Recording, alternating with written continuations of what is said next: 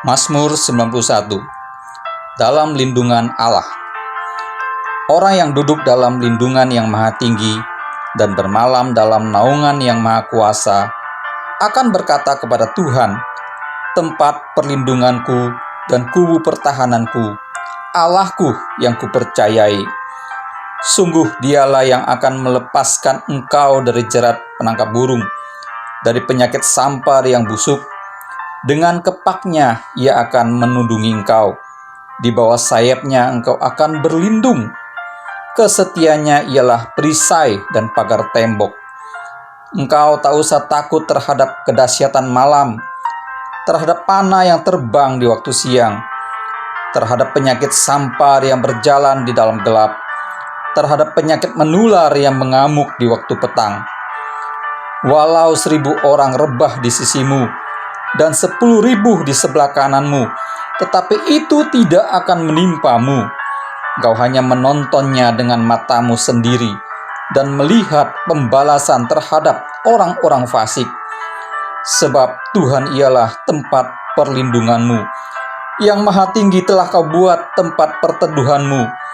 Malapetaka tidak akan menimpa kamu, dan tulah tidak akan mendekat kepada kemahmu. Sebab malaikat-malaikatnya akan diperintahkannya kepadamu untuk menjaga engkau di segala jalanmu. Mereka akan menatang engkau di atas tangannya, supaya kakimu jangan terantuk kepada batu. Singa dan ular tedung akan kau langkahi. Engkau akan menginjak anak singa dan ular naga. Sungguh hatinya melekat kepadaku, maka aku akan meluputkannya. Aku akan membentenginya, sebab ia mengenal namaku. Bila ia berseru kepadaku, aku akan menjawab. Aku akan menyertai dia dalam kesesakan. Aku akan meluputkannya dan memuliakannya. Dengan panjang umur akan kukenyangkan dia, dan akan kuperlihatkan kepadanya keselamatan daripadaku. Shalom Bapak Ibu Saudara yang terkasih dalam Tuhan. Puji nama Tuhan, kita dapat berkumpul kembali pada ibadah hari Minggu kita di GB Tegalalur. Kita mau sama-sama siapkan hati kita untuk mendengar firman, untuk puji-pujian. Mari kita bersatu dalam doa. Tuhan Allah Bapa kami yang bertata dalam kerajaan surga, terima kasih ya Tuhan untuk kesempatan pada hari ini kami dapat berkumpul kembali dalam ibadah online kami. Biarlah Tuhan kami mau dijamah oleh Engkau. Kami mau, biarlah kami dapat rindu Tuhan untuk mendengarkan firman-Mu pada hari ini. Untuk memuji-muji Engkau. Kami percaya Tuhan, kuasa-Mu Tuhan terlebih besar Tuhan atas apa yang terjadi pada hari ini. Terima kasih ya Tuhan. Dalam nama Tuhan Yesus kami berdoa mengucap syukur. Haleluya. Amin.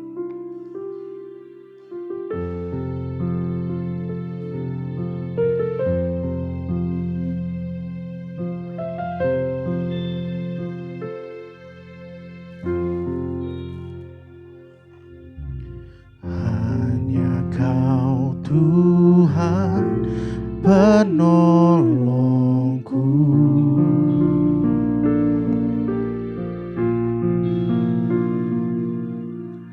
yang selalu setia bersamaku.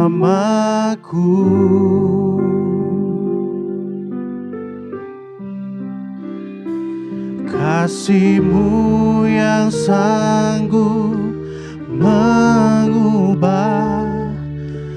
kehidupanku. Sungguh ku berserah, sungguh ku percaya kuasa-Mu terlebih besar. Tuhanku terlebih besar, tak pernah terlambat janji-Mu ya Tuhan, menolong hidupku. Kuasa-Mu Tuhan, kuasa-Mu terlebih besar. terlebih besar. Tak pernah terlambat janji-Mu ya Tuhan, pulihkan hidupku. Mari kita kata pujian ini dari awal. Hanya Kau Tuhan penolongku, Kau setia, selalu setia bersamaku. Oh kasih-Mu yang sanggup mengubah kehidupanku. Sungguh ku berserah, sungguh ku percaya kuasa-Mu terlebih besar. Tuhanku terlebih besar. Tak pernah terlambat janji-Mu ya Tuhan, menolong hidupku. Kuasa-Mu terlebih besar. Tuhanku terlebih besar. Tak pernah terlambat janji-Mu ya Tuhan, pulihkan hidupku. Mari kita sama-sama katakan, kami percaya. Percaya Kau bekerja, mendatangkan kebaikan di hidupku. Ku percaya, ku percaya. Oh, Kau bekerja, mendatangkan kebaikan, mendatangkan kebaikan. Kuasa-Mu Tuhan, kuasa-Mu terlebih besar. Tuhanku terlebih besar. Tak pernah terlambat janji-Mu ya Tuhan, menolong hidupku. Kuasa-Mu Tuhan, kuasa-Mu terlebih besar. Tuhanku terlebih besar.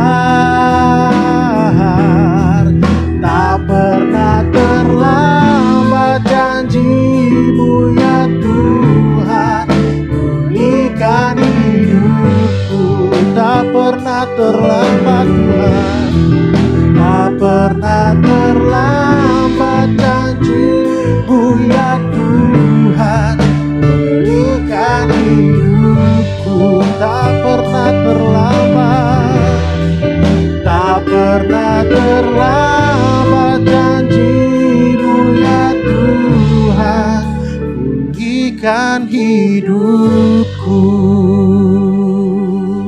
Oh, tak pernah terlambat Tuhan, Kau pulihkan kami Yesus. Karena kuasa-Mu terlebih besar. Ku percaya janji-Mu Tuhan, kami percaya Tuhan,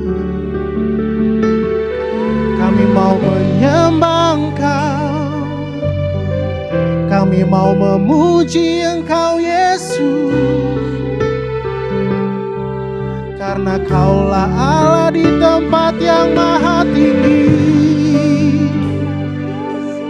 Kaulah Allah yang layak kami tinggikan. Oh, haleluya. Mari kita angkat suara kita. Kita mau memuji Tuhan. Oh, terima kasih Tuhan. Terima kasih Yesus. Kami bersyukur, kami bersyukur.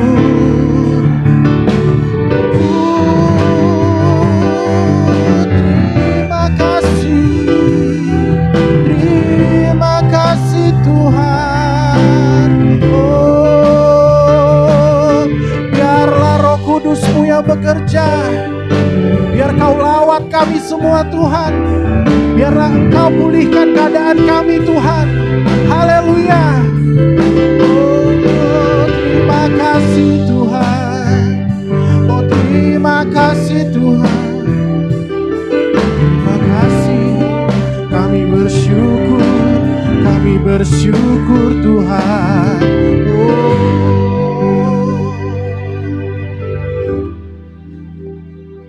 Kami tidak dapat menggambarkan betapa besar rasa terima kasih kami kepada Engkau Tuhan. Kami percaya Tuhan, kuasa-Mu Tuhan melawat kami pada hari ini Tuhan. Kami percaya kuasa-Mu juga Tuhan yang membimbing ibadah kami Tuhan dari awal hingga akhir ya Bapak. Terima kasih Tuhan. Kami percaya selesai ibadah ini kami tidak pergi dengan tangan hampa. Kami mendapatkan sesuatu dari Tuhan. Terima kasih ya Tuhan. Kami mau memuji Engkau lebih lagi. Persiapkan hati kami masing-masing ya Bapa. Terima kasih Tuhan. Dalam nama Tuhan Yesus kami berdoa mengucap syukur. Haleluya. Amin. Saya undang Bapak Ibu untuk bangkit berdiri. Kita mau memuji Tuhan. Kita mau bersorak-sorai bagi Tuhan. Amin.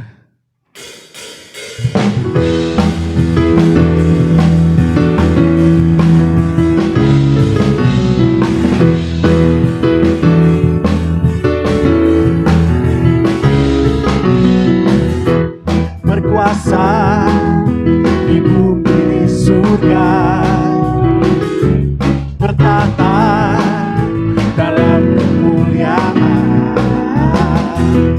Dialah Tuhan Allah kita, namanya berkuasa membebas umatnya.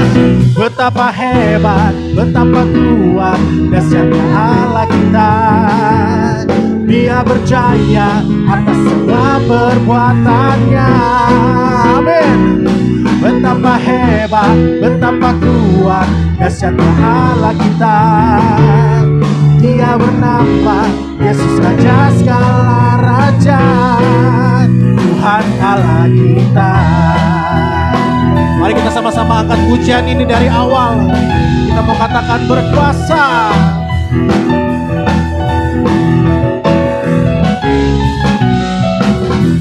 Berkuasa di bumi di surga, bertata dalam kemuliaan.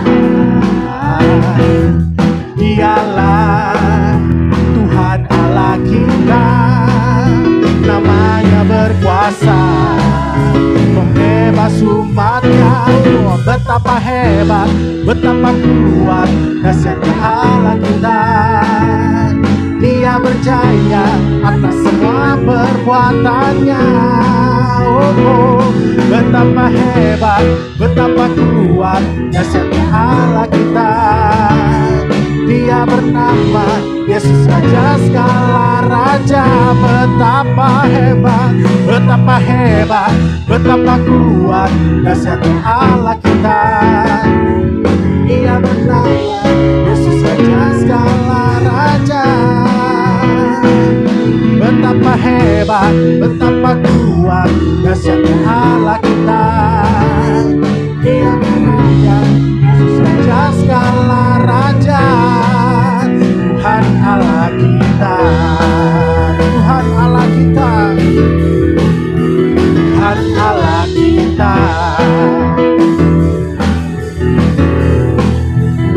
Tuhan Allah kita. Haleluya. Bapak Ibu, saya persilakan untuk kembali duduk. Kita mau siapkan hati kita mau mendengarkan firman Tuhan. Mari kita sama-sama bersatu dalam doa. Tuhan, siapkan hati kami semua Tuhan untuk menerima firman-Mu. Biarlah Tuhan apa yang diajarkan Tuhan oleh gembala kami Tuhan dapat masuk ke dalam hati kami masing-masing ya Bapa. Kita mau awali firman Tuhan ini dengan mengangkat satu pujian. Haleluya Tuhan, berkati kami semua Tuhan. Haleluya, amin.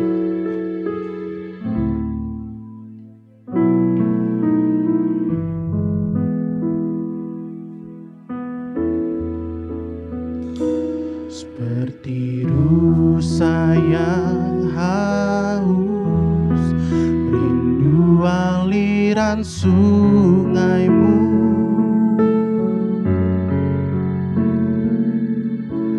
Hatiku tak tahan menunggu-Mu,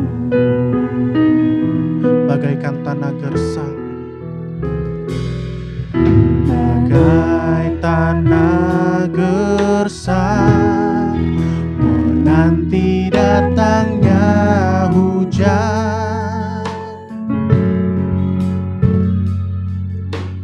Begitupun jiwaku, Tuhan, katakan hanya Engkau, hanya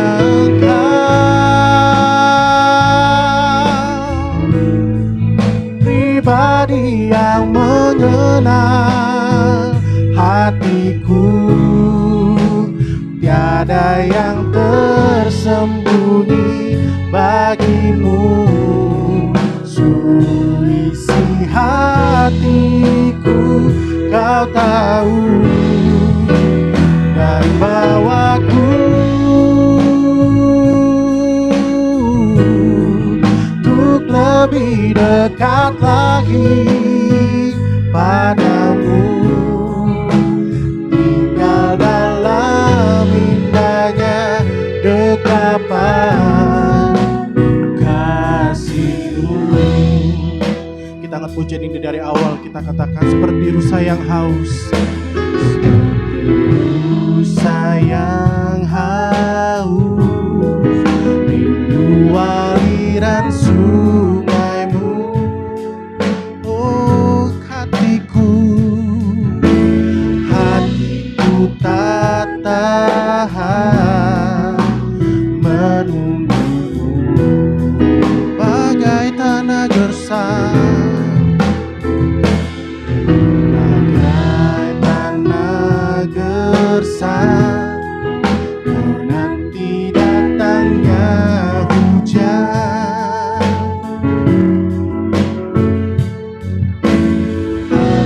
Begitupun jiwaku, Tuhan, katakan hanya Engkau, hanya Engkau,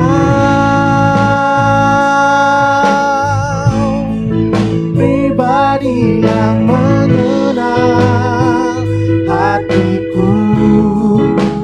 Tiada yang tersembunyi bagimu, seluruh isi hatiku Kau tahu, dan bawaku untuk lebih dekat lagi padamu, tinggal dalam indahnya dekapan kasih-Mu. Katakan hanya Engkau, hanya Engkau,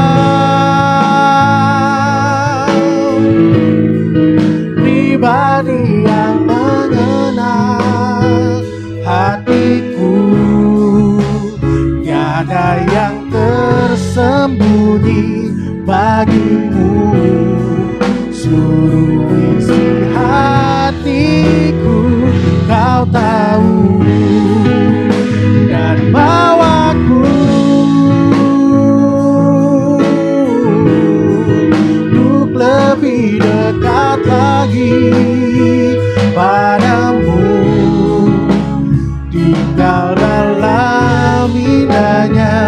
dekapan kasih-Mu. Tinggal dalam dekapan, tinggal dalam indahnya dekapan kasih-Mu. Oh, tinggal dalam dekapan, tinggal dalam indahnya dekapan.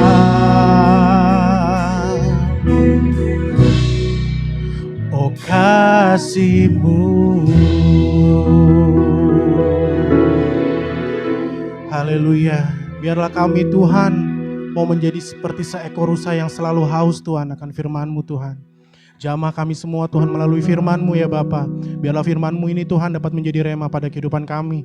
Kau jamah setiap hati kami, Engkau jamah bibir lidah hamba-Mu Tuhan yang akan menyampaikan kebenaran firman-Mu ya Bapa. Terima kasih ya Tuhan. Dalam nama Tuhan Yesus kami berdoa dan mengucap syukur. Haleluya. Amin. Shalom Bapak Ibu Saudara. Mari kita perkatakan apa yang dimaksudkan dengan Pentakosta ketiga. 1. Pentakosta ketiga adalah pencurahan Roh Kudus yang dahsyat di zaman now, melebihi yang terjadi di Azusa Street. 2. Pentakosta ketiga akan mengakibatkan penuaian jiwa yang terbesar dan yang terakhir sebelum Tuhan Yesus datang kembali. 3. Pentakosta ketiga akan membangkitkan generasi Yeremia, yaitu anak-anak muda yang dipenuhi Roh Kudus, cinta mati-matian kepada Tuhan Yesus, tidak kompromi terhadap dosa, dan akan bergerak untuk memenangkan jiwa. 4. Pentakosta ketiga lahir di Indonesia dan bergerak ke bangsa-bangsa. Gerakan ini dari timur ke barat dan akan kembali ke Yerusalem. 5. Pentakosta ketiga akan memberikan kuasa untuk menyelesaikan amanat agung, dan setelah itu Tuhan Yesus datang kembali. Amin. Shalom saudara, selamat hari Minggu. Voice of Pentecost hari ini akan membahas mengenai prophetic preaching atau khotbah profetik. Khotbah profetik adalah khotbah yang disampaikan dalam hadirat, pengurapan, dan kuasa Roh Kudus agar kita dapat melakukan kehendak Tuhan di zaman now. Pada kondisi demikian, seorang pengkhotbah dapat menangkap pesan dan tuntunan khusus dari Tuhan melalui Roh Kudus untuk dilakukan pada saat tertentu. Dengan demikian, ada 3 unsur minimal yang harus dipenuhi dalam khotbah profetik. Pertama, hadirat, pengurapan, dan kuasa Roh Kudus. Khotbah profetik bukanlah khotbah asal-asalan tanpa arah, tujuan, dan dasar yang tidak jelas. Seorang hamba Tuhan yang berada dalam hadirat, pengurapan, dan kuasa Roh Kudus dimungkinkan untuk menangkap pesan profetik dari Tuhan untuk diperkatakan kepada umatnya. Seseorang yang mungkin bukan dari golongan Pentakosta dan tidak mempercayai bahwa karunia-karunia Roh Kudus masih ada di zaman sekarang ini, mungkin tidak sependapat dengan konsep khotbah profetik ini. Akan tetapi, hal itu tidak menjadi alasan seseorang untuk menghakimi bahwa praktek spiritualitas Pentakosta ini adalah hal yang salah dan tidak biblikal. Kedua, petunjuk atau arahan Tuhan. Di dalam Kisah Para Rasul 1 ayat 2, dikatakan bahwa sampai pada hari ia terangkat, sebelum itu ia telah memberi perintahnya oleh Roh Kudus kepada rasul-rasul yang dipilihnya. Ini merupakan gambaran bahwa insan Pentakosta juga dapat menerima perintah dan tuntunan Tuhan melalui Roh Kudus. Dalam ayat ini tidak dikatakan bahwa Tuhan Yesus memberi perintah kepada murid-murid melalui firman Tuhan yang tertulis, melainkan melalui Roh Kudus. Hal inilah yang mendasari bahwa pengkhotbah Pentakosta cenderung membawa dimensi yang baru ke dalam persiapan khotbah, yaitu dengan menafsirkan ayat demi ayat di dalam konteks Alkitab dan tuntunan Roh Kudus untuk pendengar di zaman now. Yang ketiga, kehendak Tuhan pada zaman now. Ciri khas dari khotbah profetik adalah bagaimana memaknai firman Tuhan yang tertulis menjadi tuntunan roh kepada jemaatnya di setiap zaman. Kita percaya firman Tuhan berlaku dan aplikatif dalam setiap kondisi dan situasi. Nah, Hal ini membutuhkan kepekaan dalam mendengarkan suara Roh Kudus atas apa yang Tuhan sedang katakan. Sebagai contoh, di dalam 2 Samuel 5 ayat 17-25, Daud sedang berperang dengan orang Filistin. Sebelum Daud maju berperang, dia bertanya kepada Tuhan untuk strateginya. Dan Tuhan menjawab, "Majulah." Maka Daud maju dan memukul kalah di tahap pertama. Lalu beberapa ayat setelahnya, orang Filistin mau melawan lagi. Dan apa kata Tuhan? Sekarang kata Tuhan, bukan majulah, melainkan janganlah maju, tetapi buatlah gerakan lingkaran sampai ke belakang mereka. Inilah yang dikatakan orang Pentakosta ketika kita menekankan khotbah profetik yang mengikuti tuntunan Roh. Kalau Daud tidak bertanya dan mendengarkan Tuhan pada serangan yang kedua, bisa jadi dia kalah karena berasumsi strategi Tuhan sama dengan yang pertama. Umat Tuhan di zaman now juga harus peka dan dengar-dengaran dengan suara Roh. Apa yang menjadi tuntunannya hari demi hari dan minggu demi minggu. Sehubungan dengan pembahasan ketiga unsur khotbah profetik di atas, maka pesan Tuhan dalam khotbah profetik terkait menengking badai dan masuk dalam persembunyian bukanlah sebuah inkonsistensi maupun khotbah plin-plan yang membuat jemaat bingung, melainkan pesan Tuhan yang progresif terkait dengan apa yang menjadi kehendak Tuhan yang harus disampaikan kepada jemaat untuk dilakukan. Alkitab juga memberikan contoh yang sangat kuat tentang khotbah profetik, di mana para rasul mencari solusi atas sebuah masalah dengan tuntunan Roh Kudus, firman Tuhan, dan komunitas orang percaya saat itu. Di dalam Kisah Para Rasul 15, di sana sedang terjadi masalah di gereja mula-mula, di mana orang non-Yahudi diminta untuk disunat dan mengikuti hukum Musa. Apa yang para pemimpin lakukan di dalam memutuskan hal tersebut? Kisah Para Rasul 15 ayat 15-17, Yakobus mengutip firman Tuhan dari Amos dan dia menafsirkan ayat tersebut menurut konteks pada zaman itu dengan menyederhanakan ratusan hukum Taurat menjadi beberapa hal saja, yaitu tidak boleh makan makanan yang dipersembahkan kepada berhala, jauh dari percabulan dan daging binatang yang mati dicekik, dan dari darah. Ketika mereka mengirim keputusan itu kepada gereja-gereja, itu adalah keputusan Roh Kudus dan keputusan kami. Ini adalah contoh nyata dari khotbah profetik yang menjawab masalah.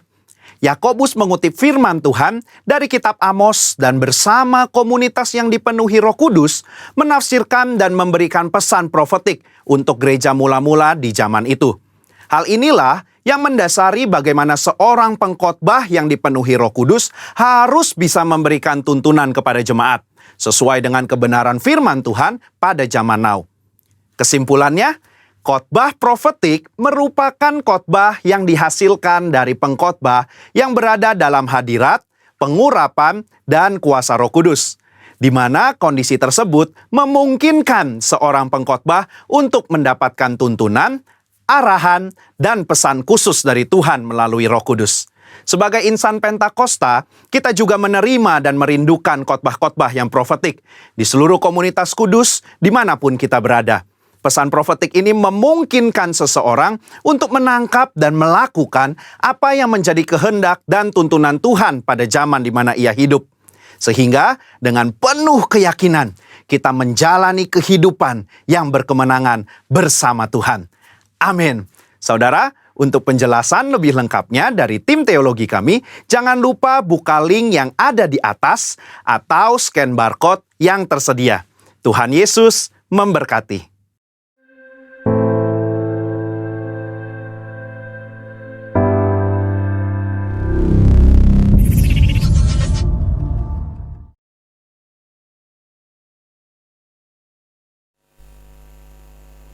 Shalom Bapak Ibu Saudara sekalian dikasihi oleh Tuhan Yesus Kristus. Mari kita kembali merenungkan firman Tuhan pada pagi hari ini. Saya mau angkat satu tema, Are you a person of integrity? Apakah Anda seorang yang berintegritas? Nah saudara, mari kita akan merenungkan firman Tuhan ini. Saudaraku, seberapa sering saudara melakukan salah satu atau beberapa atau bahkan semua dari hal-hal yang saya akan sebutkan sebentar ini. Yang pertama, mengatakan sesuatu kepada satu orang dan kemudian hal yang lain di belakang orang itu. Maksudnya begini, kepada satu orang kita katakan A, tetapi kepada orang lain kita katakan B. Jadi sesuatu yang berbeda kepada orang lain. Yang kedua, membuat janji yang tidak ingin saudara tepati. Yang ketiga, menyalahkan orang lain. Yang keempat, menyerang, baik bisa secara fisik maupun lewat kata-kata yang saudara keluarkan. Kemudian berikutnya, mendiamkan orang lain. Lalu menjadi sarkastis, artinya kasar terhadap orang lain. Berikutnya, ikut-ikutan karena takut tidak disukai. Lalu meluapkan kemarahan saudara dengan mengirim surat atau email atau memo yang berisi kritik yang keras. Lalu tidak mengatakan seluruh kebenaran karena saudara takut melukai perasaan teman saudara. Berikutnya, mengatakan ya padahal sebenarnya saudara ingin mengatakan tidak. Lalu menghindar dan menarik diri atau pergi keluar. Berikutnya, mencari orang luar sebagai tong sampah yang bisa meredakan kekhawatiran saudara. Nah saudaraku, ciri-ciri yang saya sebutkan tadi itu melekat dalam diri orang yang tidak memiliki integritas. Setiap perbuatan yang diulang-ulang akan menjadi suatu kebiasaan. Dan kebiasaan ini pada akhirnya akan menjadi karakter pada diri orang yang bersangkutan. Nah, kita bisa memeriksa diri kita masing-masing untuk menjadikan suatu sinyal perubahan yang harus kita tindak lanjuti. Dari beberapa contoh tindakan yang tadi saya sebutkan. Nah, sekarang mari saya ajak saudara sekalian untuk melakukan suatu studi Alkitab lewat karakter seorang raja Israel yang bernama Saul. Saya memakai satu peristiwa ini untuk menjadi satu pembelajaran buat kita, ya. Karakter-karakter apa yang ada di dalam diri Saul ini. Nah, studi ini saya angkat dari satu peristiwa, ya, peperangan dengan orang Amalek yang ditulis dalam 1 Samuel pasal 15 ayat 1 sampai 35. 1 Samuel 15 ayat 1 sampai 35. Saudara bisa menyiapkan Alkitab saudara di rumah, membukanya dan sambil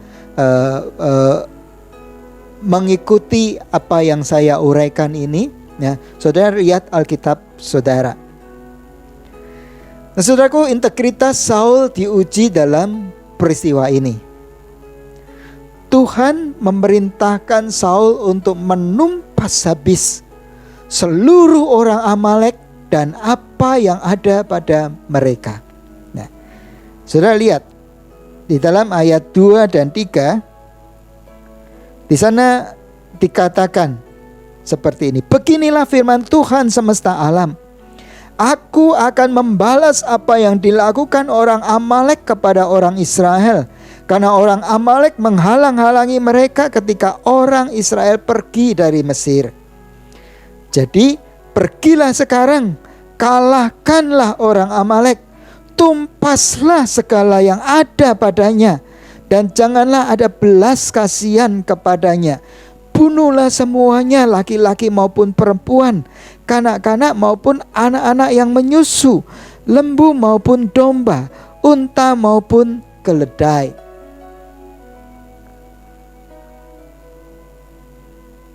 Ya, itu adalah perintah dari Tuhan, ya. Sangat jelas apa yang Tuhan inginkan agar Saul bersama-sama dengan orang Israel lakukan kepada orang Amalek ini. Nah, saudaraku, respon dari Saul adalah alih-alih ia mentaati seluruh perintah Tuhan, tetapi Saul tidak melakukannya tepat seperti yang diperintahkan kepadanya. Ia menyisakan Agag, raja orang Amalek, kambing domba dan lembu-lembu yang terbaik, dan tambun, anak domba dan segala yang berharga. Ia hanya menumpas segenap rakyat Amalek dan segala hewan yang tidak berharga dan yang buruk. Hal itu dicatat dalam 1 Samuel pasal 15 ayat 8 sampai 9. 1 Samuel 15 ayat 8 sampai 9. Agag raja orang Amalek ditangkapnya hidup-hidup, tetapi segenap rakyatnya ditumpasnya dengan mata pedang. Tetapi Saul dan rakyat itu menyelamatkan Agag dan kambing domba dan lembu-lembu yang terbaik dan tambun, pula anak domba dan segala yang berharga. Tidak mau mereka menumpas semuanya itu, tetapi segala hewan yang tidak berharga dan yang buruk itulah yang ditumpas mereka. Ia menyangka bahwa ia telah melakukan perintah Tuhan. Ketika ketidaktaatannya ini ditegur oleh Samuel, ia berkata, "Aku telah melaksanakan firman Tuhan." 1 Samuel 15 ayat 13. Ketika Samuel sampai kepada Saul, berkatalah Saul kepadanya, "Diberkatilah kiranya engkau oleh Tuhan. Aku telah melaksanakan firman Tuhan." Saudaraku, Tuhan memandang orang-orang yang pilih-pilih dalam melakukan firman Tuhan itu sama dengan orang yang tidak melakukan firman Tuhan sama sekali. Ingat, suatu hari Yesus menegur orang Farisi, dicatat dalam Lukas pasal 11 ayat 42. Dikatakan di sana, "Tetapi celakalah kamu, hai orang-orang Farisi, sebab kamu membayar persepuluhan dan selasih, inggu dan segala jenis sayuran, tetapi kamu mengabaikan keadilan dan kasih Allah. Yang satu harus dilakukan dan yang lain jangan diabaikan." Ketika Samuel mencecar Saul dengan bukti-bukti ketidaktaatannya yang tidak terbantahkan, 1 Samuel pasal 15 ayat 14, Samuel berkata kepada Saul, "Kalau begitu, apakah bunyi kambing domba yang sampai ke telingaku dan bunyi lembu-lembu yang kudengar itu?" Saul menolak untuk bertanggung jawab dan melempar kesalahan pada rakyat, pada orang lain, dan mencoba menutupi pelanggarannya dengan mengaitkannya kepada korban persembahan kepada Tuhan. Jawab Saul kepada Samuel, "Semuanya itu dibawa daripada orang Amalek, sebab rakyat menyelamatkan kambing domba dan lembu-lembu yang terbaik dengan maksud untuk mempersembahkan kepada Tuhan Allahmu, tetapi selebihnya telah kami tumpas." Saudaraku, karakter Saul terbongkar sebagai orang yang manipulatif. Sangkanya dengan mengemas ketidaktaatannya kepada Tuhan dengan hal-hal yang berbau rohani akan membebaskan dia dari tuntutan hukum Allah. Tetapi Samuel menjadi muak dan marah dengan segala dalih-dalih Saul. 1 Samuel 15 ayat 16 berkata, lalu berkatalah Samuel kepada Saul, sudahlah, aku akan memberitahukan kepadamu apa yang difirmankan Tuhan kepadaku tadi malam. Kata Saul kepadanya, katakanlah. Nah, saudara, perhatikan, banyak tindakan-tindakan yang Saul lakukan ini juga dilakukan oleh orang-orang Kristen zaman sekarang, termasuk mungkin kita sekalian. Kita memilih-milih untuk melakukan firman Tuhan. Mana yang baik pada pemandangan kita, itu yang kita lakukan. Dan kita menyangka bahwa kita sudah melakukan firman Tuhan. Dan bahkan kita mengemas tindakan-tindakan kita dengan hal-hal yang berbau rohani. Dan kita berpikir dengan demikian kita sudah menyenangkan hati Tuhan. Mari saudara, pada bagian ini renungkan sungguh-sungguh. Respon dari Samuel kepada Saul ini juga mencerminkan respon dari Allah kepada orang-orang yang demikian, yang mencoba memanipulasi ketaatan kepada Allah dengan hal-hal yang berbau rohani. Padahal ada bagian-bagian dari firman Tuhan yang tidak sepenuhnya dilakukan dengan benar. Saul muak dan marah kepada perilaku, Samuel menjadi muak dan marah kepada perilaku dari Saul ini. Tetapi Saul terus berbantah-bantah mencari pembenaran dan tidak segera mengakui kesalahannya. Saudaraku, ini ciri dari orang yang tidak memiliki integritas. Itu orang yang tidak memiliki kejujuran. Orang yang tidak memiliki honesty, kejujuran di dalam dirinya. Dan dia terus menyodorkan dalil-dalilnya agar bisa diterima. Ya. Lihat di dalam 1 Samuel pasal 15 ayat 20 sampai 21 ini kembali, ya. Dia kokoh gitu kepada pendiriannya. Ya. Dia tetap pada pendiriannya. Mengulangi apa yang tadi dia sudah sampaikan kepada Samuel. 1 Samuel 15 ayat 20 dan 21, sudah perhatikan kata-katanya. Lalu kata Saul kepada Samuel, aku memang mendengarkan suara Tuhan dan mengikuti jalan yang telah disuruh Tuhan kepadaku. Dan aku membawa Agag raja orang Amalek, tetapi orang Amalek itu sendiri telah kutumpas.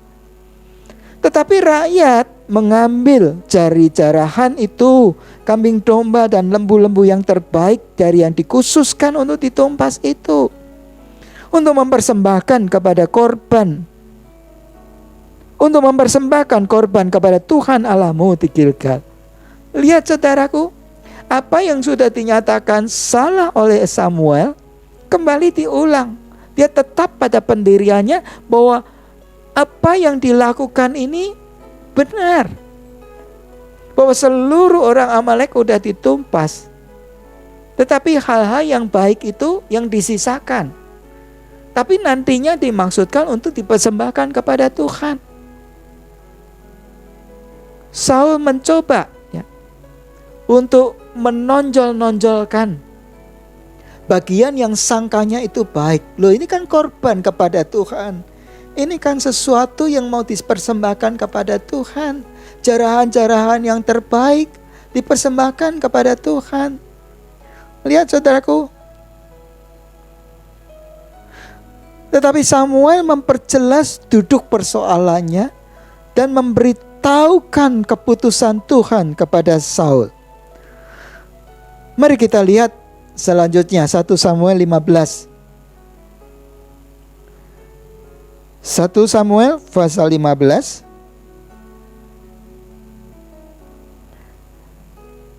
ayat 22 dan 23. Tetapi jawab Samuel, apakah Tuhan itu berkenan kepada korban bakaran dan korban sembelihan sama seperti kepada mendengarkan suara Tuhan? Sesungguhnya mendengarkan lebih baik daripada korban sembelihan, memperhatikan lebih baik daripada lemak domba-domba jantan. Sebab pendurhakaan adalah sama seperti dosa bertenung, dan kedegilan adalah sama seperti menyembah berhala dan terafim. Karena engkau menolak firman Tuhan, maka ia telah menolak engkau sebagai raja. Saudara, perhatikan apa yang dipertegas oleh Samuel. Walaupun Saul melakukan perintah Tuhan, tetapi tidak secara keseluruhan, hanya sebagian-sebagian saja. Yang bagi Saul itu sudah melakukan firman Tuhan. Tadi Saul berkata kepada Samuel, aku telah melakukan firman Tuhan. Tetapi Samuel mempertegas dengan berkata kepada Saul, kamu tidak melakukan firman Tuhan. Dikatakan, engkau telah menolak firman Tuhan. Melakukan firman Tuhan yang sebagian-sebagian itu sama saja dengan menolak untuk melakukan perintah Tuhan. Pada poin ini jelas sekali apa yang Samuel sampaikan. Dan kemudian Samuel memberitahukan keputusan yang Tuhan ambil terhadap Saul. Dia berkata kepada Saul, karena engkau telah menolak firman Tuhan, maka Tuhan telah menolak engkau sebagai raja. Pengakuan Saul dalam 1 Samuel pasal 15 ayat 24, yaitu saat dia dipojokkan ketika Samuel mengkonfrontasi Saul. Pada akhirnya Saul mengakui bahwa ia telah berdosa karena telah melangkahi titah Tuhan. Ayat selanjutnya dalam ayat yang ke-24 ini menyingkapkan sisi lain dari karakter Saul. Bahwa yang pertama, saya bacakan dulu ya, 1 Samuel 15 ayat 24. Berkatalah Saul kepada Samuel, aku telah berdosa, sebab telah kulangkai titah Tuhan dan perkataanmu. Tetapi, perhatikan saudara bagian ini, tetapi aku takut kepada rakyat, karena itu aku mengabulkan permintaan mereka. Aku takut kepada rakyat, sebab itu aku mengabulkan permintaan mereka. Dan pengakuannya ini membongkar sisi lain dari karakternya. Yang pertama, ia ternyata adalah orang yang takut pada penilaian orang lain terhadap dirinya. Jadi dikatakan, aku takut kepada rakyat, sebab itu aku mengabulkan permintaannya. Saudara ingat peristiwa yang mirip dengan ini, saudaraku, yang terjadi pada diri Harun pada saat Musa sedang berada di Gunung Sinai. 40 hari lamanya bangsa Israel menantikan dan mereka berkata, Musa gak turun-turun. Dan kita tidak tahu apakah dia akan turun dan apa yang akan terjadi dengan dia. Lalu dia mendesak kepada Harun untuk membuat satu patung, ya, supaya mereka bisa sembah. Mereka menggambarkan Allah dalam wujud patung yang bisa mereka lihat, bisa mereka sembah. Dan apa yang dilakukan oleh Harun? Karena desakan itu, Harun kemudian mengabulkan, ya, melakukan apa yang diinginkan oleh bangsa Israel, membuat patung, patung lembu emas, ya, untuk kemudian mereka menyembahnya. Ya, pada peristiwa Yang terjadi pada Saul ini sama, saudara. Ya. Ia mengakui ia takut kepada rakyat. Sebab itu, ya, ia melakukan apa yang diinginkan rakyat. Ya. Jadi apa yang dia lakukan itu tidak berasal dari dalam dirinya sendiri. Maksudnya, ia adalah orang yang takut desakan orang lain. Yang kedua, ia adalah orang yang tidak memiliki authenticity atau keaslian. Dan ia juga orang yang tidak memiliki conviction, keyakinan diri yang kuat ada padanya. Yang ketiga, Saul ternyata adalah penipu bagi dirinya sendiri.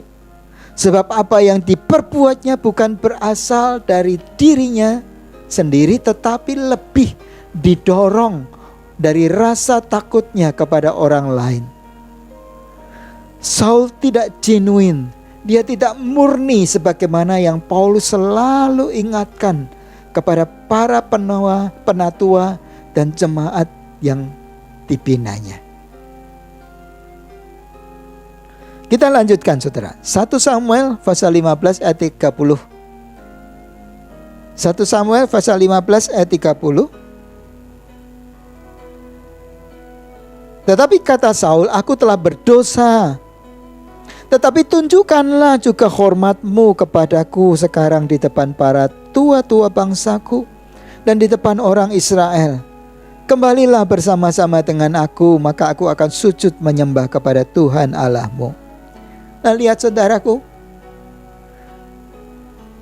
karakter lain yang ciri dari karakter yang ada di dalam diri Saul, yang terbongkar juga di dalam perkataannya ini yang dituliskan dalam 1 Samuel 15 ayat 30. Saul berkata, memang aku sudah berdosa, tapi tolonglah tunjukkan hormatmu kepadaku di hadapan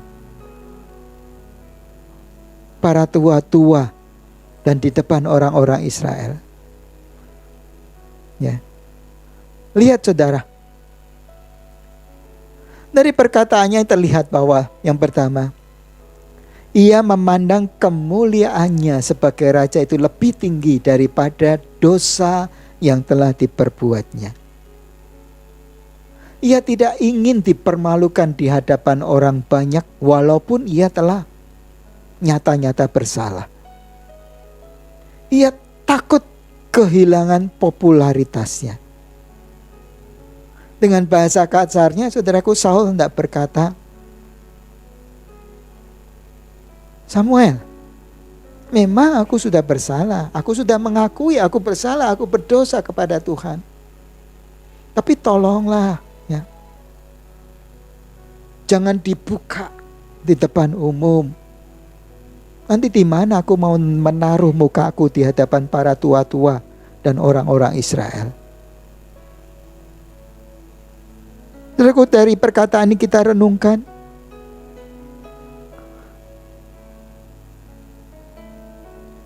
bahwa Samuel memandang lebih berharga harga dirinya daripada dosa yang dia sudah lakukan. Yang kedua, ia telah menganggap remeh dosa. Baginya popularitas lebih berharga daripada dosa. Nah, saudaraku, peristiwa-peristiwa lain dalam hidup Saul itu menyingkapkan ciri-ciri yang saya sebutkan di awal uraian firman yang saya sampaikan kepada saudara ini. Ya. Hal-hal tersebut melekat pada diri Saul. Ia memiliki kemarahan yang tidak terkendali ketika melihat Daud. Suatu hari ia melemparkan tombaknya untuk menancapkan Daud ke dinding. Dan hal itu dilakukan berkali-kali dalam berbagai kesempatan. 1 Samuel 18 ayat 11. 1 Samuel 18 ayat 11. Saul melemparkan tombak itu karena pikirnya, baiklah aku menancapkan Daud ke dinding. Tetapi Daud mengelakkannya sampai 2 kali. Hal yang sama dilakukan juga, saudaraku. Ditulis dalam 1 Samuel pasal 19 ayat yang ke-10. 1 Samuel 19 ayat 10. Lalu Saul berikhtiar menancapkan Daud ke dinding dengan tombaknya. Tetapi Daud mengelakkan tikaman Saul sehingga Saul mengenai dinding dengan tombak itu. Sesudah itu Daud melarikan diri dan luputlah ia pada malam itu. Nah, saudara, kalau kita renungkan, ya, kita coba, saudaraku, membayangkan kejadian itu, peristiwa itu, apa yang Saul lakukan kepada Daud. Terutama dalam ayat yang ke-10 tadi, saudaraku, 1 Samuel 19, ya. Ya, ia menyergap dengan brutal Saul sambil membawa tombaknya dan berniat untuk terus menancapkan Daud ke dinding. Tetapi tadi dikatakan Daud menghindar dan Saul menabrak dinding itu dengan tombaknya. Dari sini kita lihat kekerasan yang dilakukan Saul kepada Daud. Itu yang saya sebutkan tadi. Ia memiliki kemarahan yang tidak terkendali, emosinya tidak terkendali. Ia memiliki satu kebrutalan di dalam dirinya. Kemudian Saul bersama-sama pemburunya terus, ya, mengejar Daud untuk membunuhnya. Ia adalah orang yang insecure, orang yang tidak aman, orang yang tidak suka adanya pesaing-pesaing dalam hidupnya. Karena dia melihat popularitas Daud makin menanjak, sementara dirinya sendiri mengalami kegagalan dan Alkitab mencatat roh Tuhan telah undur daripadanya. Karena dia telah membangkitkan seorang raja pengganti dari Saul, yaitu Daud. Saul menjadi orang yang sarkastis, orang yang kasar dari saat melihat popularitas Daud yang melebihi dirinya. Di dalam 1 Samuel 18 ayat 7 dan 8, ia mendengar bagaimana, ya, para wanita itu menyanyi, Saul mengalahkan beribu-ribu musuh, tetapi Daud berlaksa-laksa. Nah, perkataan ini membuat Saul tidak suka. Dan dicatat di dalam Alkitab, Saul berpikir jangan-jangan nanti tata ini lari kepada Daud. Dan sejak waktu itu dia mencari upaya untuk membunuh Daud. Ia menjadi orang yang sangat kasar kepada Daud. Nah, saudaraku, apa yang bisa kita simpulkan dari renungan firman Tuhan pada pagi hari ini? Seorang yang berintegritas itu memiliki ciri-ciri yang pertama, authenticity, ya, authentic, genuine, ya, asli, memiliki satu kemurnian, pure heart, ya, orang yang tulus. Yang kedua, orang yang berintegritas itu memiliki honesty, kejujuran. Ia tidak memanipulasi. Ia berani menyatakan kebenaran dan mengakui kesalahan. Ia tidak memiliki bibir yang dolak-dalik. Seperti apa yang Alkitab katakan, ya katakan ya. Dan tidak katakan tidak, lebih daripada itu berasal dari yang jahat, kata firman Tuhan. Yang ketiga, seorang yang berintegritas, ia memiliki conviction, keyakinan diri yang kuat. Ia tahu dengan benar apa yang ia percayai atau yang ia yakini dan kenapa ia meyakininya. Dengan kata lain, ia tidak ikut-ikutan dengan orang lain. Ia tidak hidup atau bertindak di atas kebenaran orang lain, tetapi ia bertindak di atas kebenaran yang ia yakini sendiri. Dan ia tidak terintimidasi dengan mayoritas orang banyak yang berbeda dengannya. Dalam hal ini banyak contoh-contoh di dalam Alkitab yang menjelaskan akan hal ini. Berarti Saul, ia takut kepada rakyat. Oleh sebab itu ia melakukan pelanggaran firman Tuhan. Alkitab juga memberi contoh tadi Harun. Juga Pontius Pilatus, saudara ingat? Setelah ia nyata-nyata tidak mendapati bukti-bukti kesalahan dari Tuhan Yesus, tetapi karena imam-imam kepala dan tua-tua terus berseru, salibkan dia, salibkan dia. Dan dia berkata, kesalahan apa yang ada padanya? Aku tidak dapati kesalahan padanya yang menjadi sebab ia dihukum mati. Tetapi mayoritas orang-orang pada waktu itu berkata, salibkan dia, salibkan dia. Lalu Pontius Pilatus melemah.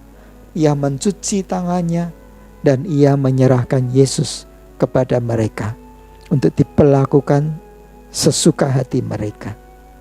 Orang yang takut dengan mayoritas. Nah, saudara, sebagai penutup, di mana saudara dan saya berada setelah mendengar uraian ini? Apakah ciri-ciri yang tadi saya sebutkan ada di dalam diri kita?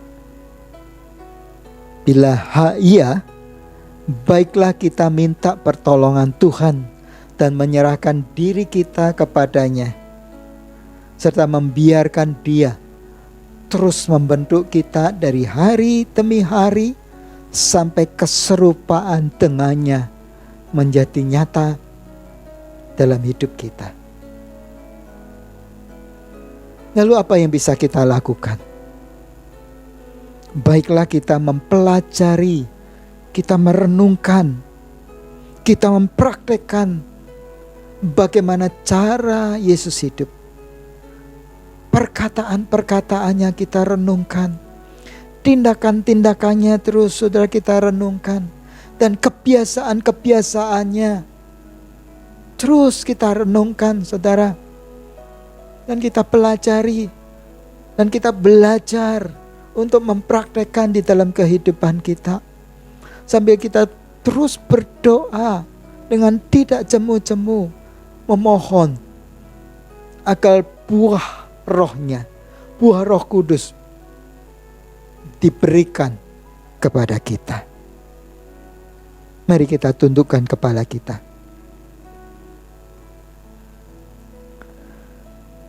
Kami memohon, biarlah Roh-Mu yang kudus menyingkapkan segala yang terselubung di dalam diri kami,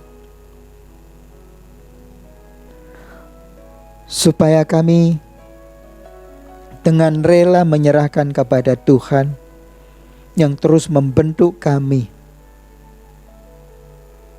supaya keserupaan dengan gambar Kristus itu menjadi nyata di dalam hidup kami. Kami berterima kasih kepadamu buat apa yang telah kami dengar pada siang hari ini. Biarlah dengan rela hati kami mengakui segala kelemahan kami ini. Dan kami bersyukur kalau tangan Tuhan terus membentuk kami ini. Terima kasih Bapa. Pada kesempatan ini kami juga berdoa untuk bangsa dan negara kami. Biar tangan-Mu Tuhan, biar kemurahan-Mu Tuhan terus menopang bangsa kami ini, menolong pemerintah kami ini di dalam masa-masa yang sukar, masa-masa yang penuh dengan tekanan-tekanan ini. Kiranya Engkau memberi hikmat kepada pemerintah kami, kiranya Engkau memberi kebijaksanaan kepada pemerintah kami ini, dan Engkau mengarahkan tindakan-tindakan mereka supaya bangsa ini dapat keluar dengan selamat ya Tuhan dari tekanan-tekanan karena COVID-19 ini. Berkatilah bangsa kami, lindungi bangsa kami, dan sekali lagi biar kami terus memohon kemurahan-Mu bekerja atas bangsa kami ini. Dalam nama Tuhan Yesus kami berdoa. Mari saudara sekalian, kita mengangkat kedua tangan kita ke atas.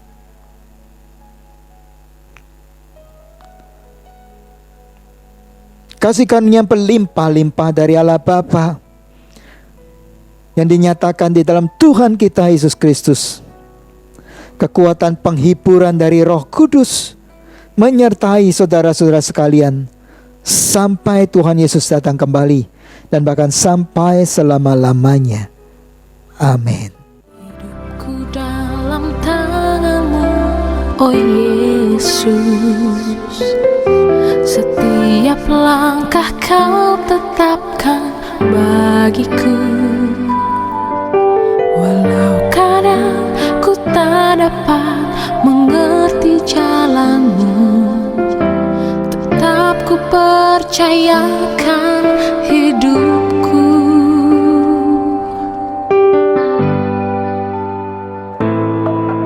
Sebab aku ini hamba-Mu, oh Yesus. Jadilah padaku seturut firman-Mu.